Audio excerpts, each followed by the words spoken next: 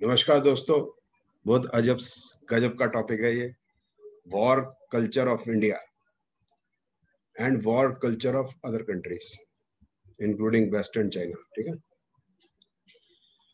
आपको ये अजब टॉपिक लगेगा, लेकिन ये हमारे जागरूकता के लिए बहुत जरूरी है।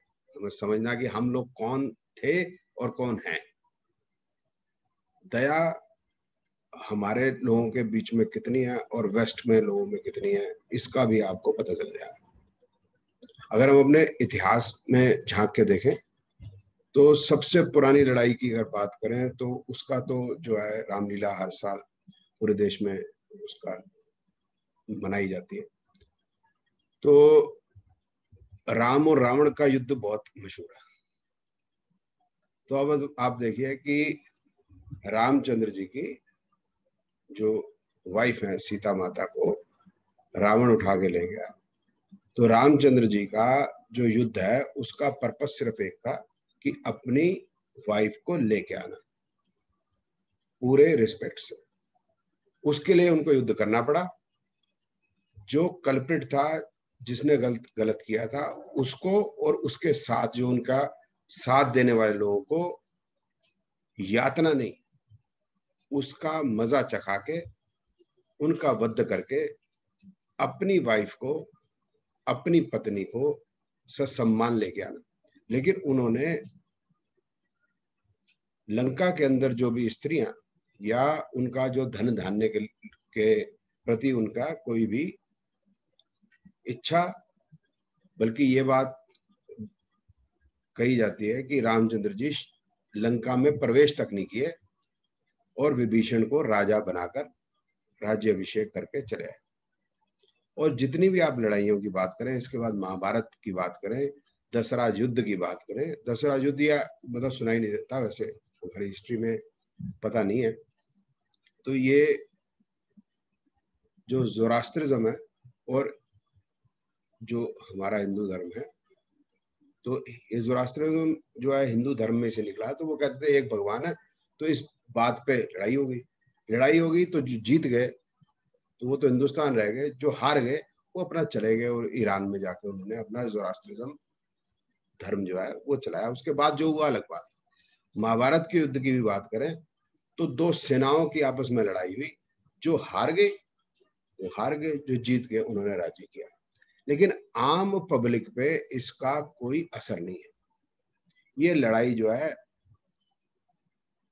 धर्म युद्ध, जो बात में महाभारत के धर्म युद्ध था, और राज्य परिवारों के बीच में था या राजाओं के बीच में। तो जो फैसला हुआ उनका आपस में लड़ाई के बाद जो फैसला हो गया। लेकिन आम जो नागरिक है, जो खेती कर रहा है, जो गवाला है, जो और काम कर रहा है, उसका इससे कोई लेना देना नहीं। जितने भी हिंदुस्तान के अंदर युद्ध हुए, तो हिंदुस्तान में तो आपको पता है छोटे छोटे राज्य हुआ करते थे, तो जाहिर सी बात है कि मगध की लड़ाई कौशल राज से हो जाए, चोल वंश की या चोल राजाओं की पांड्यों से हो जाए, ये होती थी। तो वो जो झगड़ा है या लड़ाई है, या तो वो एरिया के ऊपर डिपेंड करता है, भैया तुम्हारा जो एरिया यहाँ तक है, मेरा उतना नहीं है, या किसी व्यापार की वजह से किसी वजह से हो गया, तो दोनों सेनाएं जो है एक जमीन तलाश कर लेती थी और लड़ लेती थी। जो जीत गया वो जो है राज्य कर लेता था। या ये भी बहुत होता था कि जो जीत गया तो जो हारा हुआ राजा, जो हारा और पकड़ा गया, अगर उसने गलती मांग ली तो उसका राज्य उसको वापस भी देता। लेकिन जो पश्चिम देशों के एक नई चीज पता चली, नई चीज बन के आई, नई चीज हो के आई कि जब यहाँ लड़ाई होती थी तो आम नागरिकों पे भी इसका बड़ा बुरा असर पड़ता था। तो जो एक है कि जब मुस्लिम रिलीजन अरब में पैदा हुआ तो उसके बाद उनके दो धड़ों में लड़ाई होगी। वो लड़ाई की रीजन जो मर्जी हो उसमें मैं नहीं जाना चाहता। तो उनमें से कुछ लोगों ने आके राजा दाहिर मुल्तान में जाके शरण ली। जब राजा दाहिर के पास आके शरण ली तो जो उनके जो दूसरे धड़े थे वो उनके ऊपर अटैक करने को आए। तो वो जो अटैक करने वाला था वो कासिम था। तो 17 बार उसने लड़ाई की, 17वीं बार वो जाकर जीता।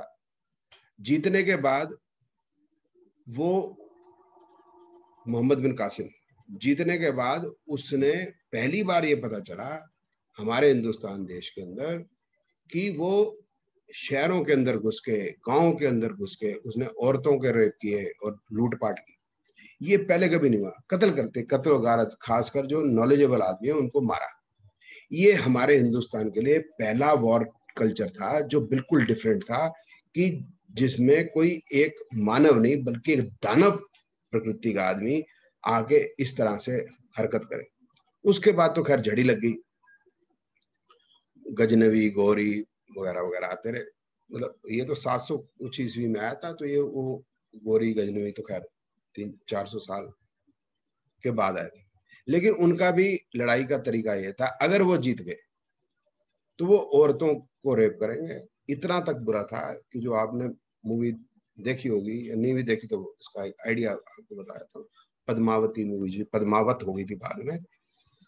तो ये बताते हैं कि पद्मावती ने पहले, जो वो तो शी वॉज यंग, तो उसने पहले अपने आप को अग्नि में झोंका, फिर उसके बाद वो तो यंग थी, बुजुर्ग औरतों ने अपने आप को अग्नि में झोंका, और आखिर तक किशोरियों के बाद जो कुछ महीनों तक की भी बच्चियां थी वो भी आग में जल के भस्म हो गई। उसी से सती प्रथा उठी, वो बात अपने आप में अलग है। और ये सिर्फ ये मुस्लिम रिलीजन तक नहीं था, ये उसके बाद आप अगर क्रिश्चियनिटी जो वहां पर है यूरोप के अंदर, उनके यहाँ पर भी, यूरोप में अंदर भी उनके लड़ाई का तरीका भी कोई खास फर्क नहीं था। अगर वो अमेरिका में गए तो उन्होंने अमेरिका के जो नेटिव्स हैं उनको खत्म कर दिया। अब भी जो अमेरिका के नेटिव्स हैं वो थोड़े से रह गए, कनाडा के नेटिव्स को खत्म कर दिया, थोड़े से रह गए। उनकी लाइब्रेरीज को जला दिया। पेरू में लीमा की राजधानी है, पेरू में लीमा राजधानी है। तो कहते हैं कि वहां की जो संस्कृति और उनके जो यूनिवर्सिटी है उसके अंदर जो किताबें कई महीनों तक जलती रही थी। तो आप देखियो लैटिन अमेरिकन जो कंट्रीज हैं उनकी भाषा तक उनको याद नहीं आए, तबाह बर्बाद कर दिया। ऑस्ट्रेलिया में भी यही किया, उनके जो नेटिव्स हैं उनको मार दिया। न्यूजीलैंड में भी है, उनके नेटिव्स को मार दिया और गोरे राज करते हैं। ये सिलसिला यहाँ नहीं, ये सिलसिला उसके बाद फर्स्ट वर्ल्ड वॉर और सेकेंड वर्ल्ड वॉर में भी चलता रहा। फर्स्ट वर्ल्ड वॉर में जर्मनी को जब इन्होंने हराया, ये तो एक ही रेस के लोग थे ना, कह सकते हैं कि भी नेटिव अमेरिकन और ये गोरे जो हैं यूरोपियंस, ये अलग रेस के लोग हैं, तो उनको खुन्ना सा, अलग रिलीजन है उनको खुन्ना सा। ये जो सेम थे, ये भी इन्होंने जर्मनी के ऊपर इतने ज्यादा फाइनेंशियल बोझ डाल दिया, उसके लोहे की और उसके कोयले के खदानों से कोयला और लोहा इतना निकालने लग गए कि जर्मनी को दोबारा सेकेंड वर्ल्ड वॉर करना पड़ गया। हिस्ट्री जो मर्जी कहती हो, आप हिस्ट्री पढ़ेंगे आपको समझ में आ जाएगा कि भाई जर्मनी फर्स्ट वर्ल्ड वॉर में हारने के बाद भी दुखी क्यों था। अब तो पीस हो गया ना भाई।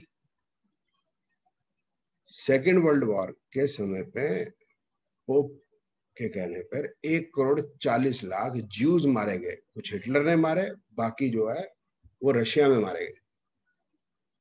सेकेंड वर्ल्ड वॉर के बाद स्टालिन की जब फौजें जर्मनी के अंदर घुसी तो 3 दिन 3 रात का समय दिया स्टालिन ने कि बर्लिन के जितनी भी औरतें हैं उनका रेप करो। मैं कुछ झूठ नहीं कह रहा, मैं आपको सिर्फ सत्य बता रहा। अब आप हिंदुस्तान पे आ जाते हैं वापस। हिंदुस्तान के आजाद होने के बाद कश्मीर पर जब कबीलियाओं का और पाकिस्तान का हमला हुआ तो बचाने के लिए हम आए। हमने कोई जबरदस्ती नहीं करी, हम बचाने के लिए आए। ईस्ट पाकिस्तान और वेस्ट पाकिस्तान में आपस में जो भी वजह से झगड़ा हुआ, वेस्ट पाकिस्तान ने फौजें भेज के ईस्ट पाकिस्तान के 5 मिलियन 50 लाख लोगों के ऊपर अत्याचार किए। 2 मिलियन 20 लाख मार दिए। उनको 71 में बचाने के बाद अपने देशवासियों, अपने सोल्जर्स की शहादत करवाने के बाद हमने उनको अपने उनका ईस्ट पाकिस्तान दे दिया। भैया आपने 1947 में अलग हो गए थे, आप हमारे भाई हो, आप हमारे साथ अभी भी नहीं रहना चाहते, कोई बात नहीं, आप अलग रह लो। और जो पश्चिम पाकिस्तान के 93,000 फौजी हमने अरेस्ट किए थे, ससम्मान खिला पिला के वापस दे दिए। उसके एवज में कुछ नहीं लिया। जो सबसे बड़ी चीज जो हम ले सकते थे उस समय पे, वो हाजी पीर दर्रा ले लेते थे, वो भी नहीं लिया। कश्मीर ले सकते थे, हमने वो भी नहीं लिया। हमने कुछ नहीं लिया उसके लिए। अब आ जाते हैं कि इस बात पे कि और सिर्फ यही लड़ाइयां नहीं हुई, और भी लड़ाई हुई है। सिर्फ ये लड़ाई नहीं, और भी लड़ाई हुई है। जो भारत के साउथ में मालदीव एक छोटा सा देश है, तो कुछ समुद्री लुटेरे एक नाव के अंदर आके प्रेसिडेंट को अरेस्ट कर लेते हैं। प्रेसिडेंट बाथरूम में टॉयलेट में घुस जाता पकड़े जाने से पहले। वो बाई चांस फोन कर लेता राजीव गांधी जी को। राजीव गांधी जी फौज भेजते हैं, मालदीव को छुड़वा लेते हैं और मालदीव वापस मालदीव के लोगों को दे देते हैं। श्रीलंका के अंदर प्रॉब्लम होती है। भारत की गवर्नमेंट अपनी फौज भेजती है कि वहां पर जो है शांति हो जाए। श्रीलंका के अंदर गवर्नमेंट बदल जाती है।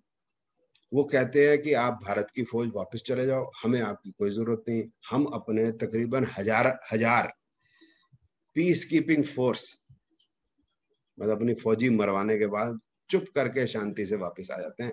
श्रीलंका से कुछ पैसा नहीं मांगते। अब यही आप चाइना को देख लो, वेस्ट को देख लिया, चाइना को देख लीजिए।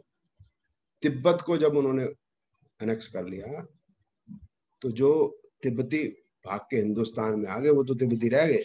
बाकी जो तिब्बती लड़कियां हैं, उनके ऊपर उन्होंने एक लॉ पास किया कि वो तिब्बती से शादी नहीं कर सकते, वो चाइनीज से शादी करेंगे। तो जब वो चाइनीज से शादी करेंगे तो क्या होगा?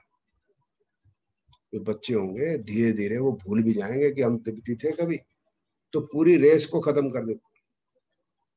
हिंदुस्तान में कभी भी आज तक ऐसा नहीं, आज तक कभी भी किसी भी, चाहे विद इन द कंट्री हो, चाहे देश से बाहर भी कभी लड़ाई करने गए, तो उसकी जमीन नहीं हथियाई।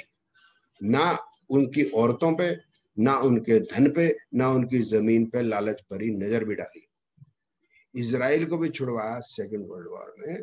अब त्रिमूर्ति बना, 3 मूर्ति उसकी लगी हुई है, तो भी वहीं से जो है उनको आजाद करके चले आए। महाराज अशोक की और कलिंग की लड़ाई का आपको पता है कि वो थोड़ा ज्यादा सख्त लड़ाई चली थी। उसके बाद अशोक का भी दिल बदल गया। तो कहने का मतलब यह है कि हमारी जो संस्कृति और बाहर जो जितनी भी कंट्रीज बाकी हैं, उनके कल्चर को आप देख लो कि हम क्या हैं और वो क्या है। आपको ये देख के गर्व होगा, मुझको लगता है ये सुन के गर्व हुआ होगा कि हमारे पूर्वज ये किस प्रकार के लोग थे। तो आप लोगों को उनके पे गर्व करते हुए आगे जब भी लड़ाई है, पिछली लड़ाइयों की जो हिस्ट्री है याद रखनी है कि जो मानव है अगर उससे लड़ाई हुई तो ठीक है, लेकिन अगर दानव से लड़ाई हुई, जैसे मोहम्मद बिन कासिम हुआ और ये मोहम्मद गोरी गजनवी टाइप के लोग, फिर इनको नहीं छोड़ना।